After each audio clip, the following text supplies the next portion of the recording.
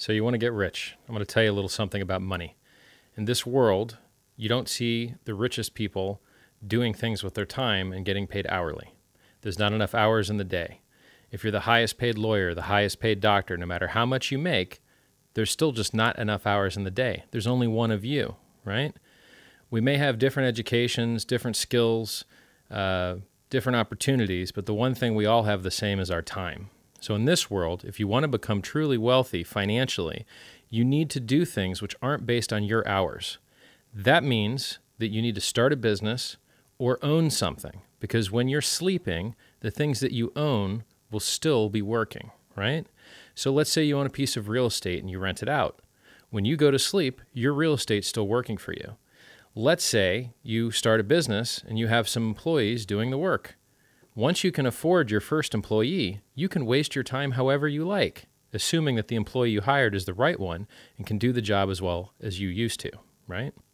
So something that I advise people to do is your first goal should be to buy your own freedom. You should be working so that you don't have to actually show up to work anymore. You can go learn the next thing to take it to the next level, because most businesses aren't going to make you a billionaire. Most businesses won't make you a millionaire. In this world, for you to be a billionaire or a millionaire, you've got to fight the effects of competition. You've got to fight the effects of taxation. There's a whole ton of things in this world trying to make it so that you can't get that rich. So what are some things that you can use to your advantage? Well, I love to use things that can scale. And scale is just a fancy word for if it works one time, you could do it 10 times as well, right? So let's say you're in a service industry and you've got to go door to door and fix air conditioners. That's really hard to do, because if you need to fix twice the number of air conditioners, you need twice the trucks, with twice the tools, and twice the insurance, and twice the advertising, perhaps, and it takes twice as much time, and the trucks break down, and people don't show up on time, and half the employees have drug problems for whatever reason. Maybe it's a Florida thing. And it just doesn't scale well. Now, there's other businesses that scale totally well. Let's say you have a software business or software as a service. You get one client, great. You get 2 clients, great. How many clients can you put in a single server? Hundreds, thousands. You don't have to do anything different. It's just zero. The fancy word for it is zero marginal cost to provide the service to the next person, right? So there's some businesses like moving boxes, where if I sell boxes of things on the internet and make 40% markup, or let's say it's a competitive industry and I make 15 or 20% markup, well, could I sell 10 times as many boxes?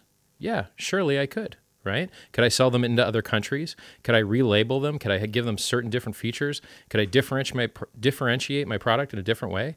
Yeah, sure, I could. But what if I just have a local retail storefront? Once you've capped out on the number of people you can reach locally, you can't bring people from out of state. They just don't want to make the drive, right?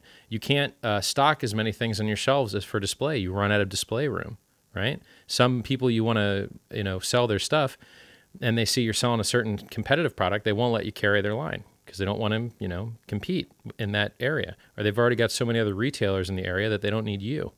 So I love the idea of things which scale and multiply, but you might not be able to start there. You might have to buy your freedom first. So what I tell people is, if you're smart enough to know what to buy for yourself, then you're smart enough to help other people buy the same stuff, right? So I happen to like this top hat. Some top hats, when you look on the side, they just go straight. I don't like a top hat that goes straight. I like this curve deal. Some top hats just come up straight on the top. I think it looks boring. I like a top hat that flares at the top a little bit. So I probably know more about top hats than the average gentleman. And now that I know what the hell I'm talking about, I know which one holds their shape, I know what type of shape is good, I know which ones aren't going to sweat on your head too much, I'm now qualified to sell them better than most other people, because I had to learn these things to get a good product for myself anyway. So now that I've learned these things for myself, it's a somewhat tragedy to just let that information die inside me. Why don't I set up a store, set up a little website, costs almost nothing, and say, look, I know what the best top hats you can buy on the internet are. Here they are. I'll drop ship them to you, or I'll ship them to you myself, or you can come see them in my store and take whatever you pay for them. Most things are made in China. You buy them, you stock them. People call, they want it. You bring them to your house, you sell it to them. You don't have to open up a storefront. You can sell it out of your house. You don't have to make tons of money. I prefer products that are $200, $300 so that you can make, $100, $120 when someone comes to your house, right? If you do really low ticket items, you got to sell to so many more people. You got to sell to 3 or 4 times the people, or maybe 2 times the people if you raise your margins up. So my point is, do something small that you can make a little money on. Anything that you're intelligent about, you can make money on. We live in a world now, so that teaches you that whatever crazy, silly thing that you can think of, you can find a counterparty on the internet. Whatever silly thing that you want to sell, if you get that ad on the internet, you can get someone to call, and this likely you'll be able to do some commerce, okay? So if you're smart enough to buy anything for yourself and have any product knowledge at all, then you're smart enough to get a good deal on Alibaba, AliExpress, Banggood.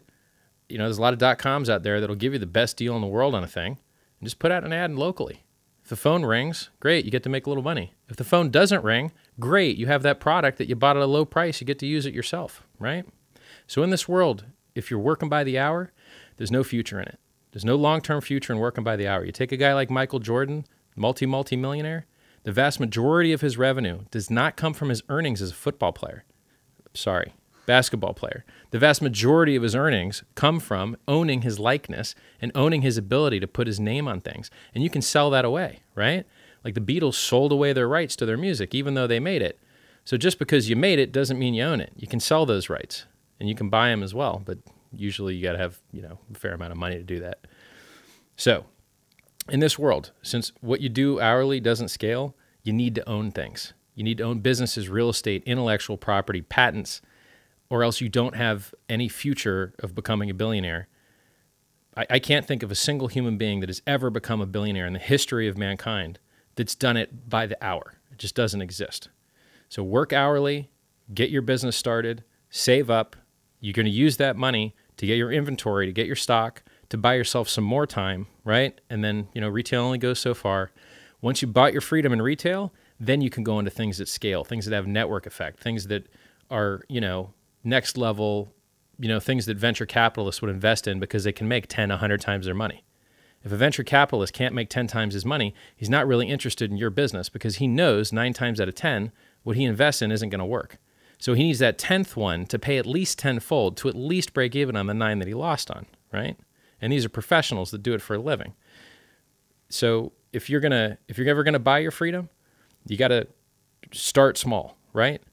And whatever money that you save that you don't waste on things that you don't need is money that can go into your inventory and go into your advertising. And so I suggest you don't fall for stupid scams on the internet with people telling you that you're going to get rich quick, and all they do for a living is teach people how to pretend to get rich quick, and they just take your money, the money that you could have used to actually start a real business that actually provided real value to real people. If you're paying $3,000, $5,000 to some guru who's going to tell you how to get rich, yet he doesn't use it himself, you have to be curious.